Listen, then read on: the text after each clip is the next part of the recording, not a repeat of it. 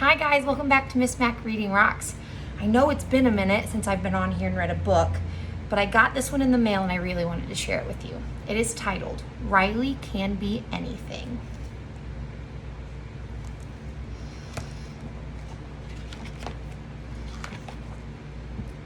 Riley loved his big cousin Joe. There were so many things Joe wanted to know, like how does honey come from bees? And why must I always say thank you and please? Big cousin Joe was full of questions, and big cousin Joe had lots of suggestions. This time he asked Riley, "Can you tell me, when you grow up, what are you going to be?"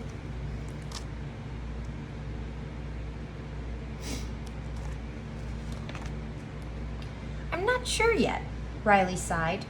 "Cousin Joe, can you help me decide?"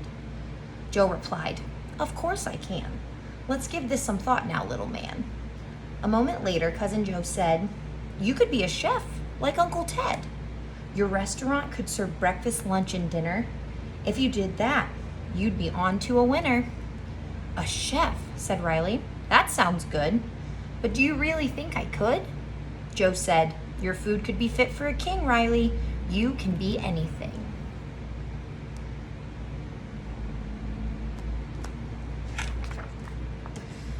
Riley was pleased, but still unsure. "Maybe we should think some more. What else could I be?" Riley asked Joe. Said Joe. "Oh, I know. You could play the saxophone like Uncle Bay's. He's in a band that plays music called jazz. It's really cool music. That's for everyone. It's funky and groovy and lots of fun." "I like the saxophone," Riley cried. "Are you sure I could play it? I've never tried." "Of course," said Joe. "You've got that swing. Riley, you can be anything."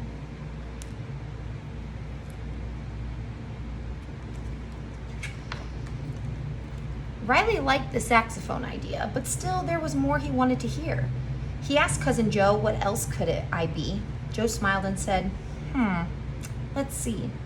"I've got it," said Joe. "This is a good plan. You could be a doctor like Uncle Dan. When people are ill, you'll make them feel better, or you can write them a doctor's letter." "Make people better?" Riley asked. "Yes," said Joe. "It's a special task. Think of all the joy you could bring. Riley, you can be anything."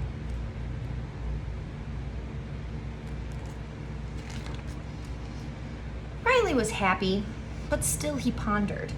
"What else could I be?" He sat and wondered. "Cousin Joe, I'm still not sure." "No problem," said Joe. "We can think some more.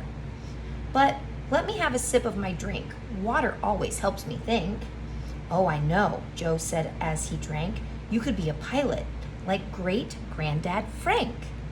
He flew a plane in the Royal Air Force. That was years ago, of course. He was brave as he flew in the sky, soaring his plane through the clouds way up high." Riley thought for a little while, and then he gave a massive smile. "A pilot," he said. "Now that sounds great. I'm so excited, I can't wait. But up in the clouds is very high. What if I'm scared to go up in the sky?" Joe smiled and said, "Stop worrying. Riley, you can be anything."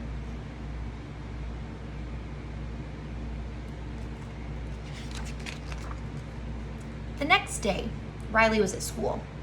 He was feeling pretty cool. The things that Cousin Joe had said were still whizzing round in Riley's head. Then the teacher, Mr. Brew, said, "Class, here's what we're going to do. I'd like you to think and then tell me, when you grow up, what would you like to be?"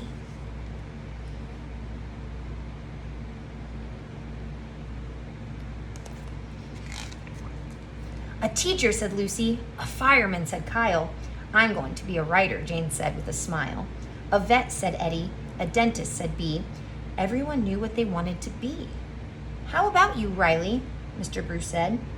"I'm not sure yet," said Riley, scratching his head. But just as the school bell started to ring, Riley said, "I can be anything."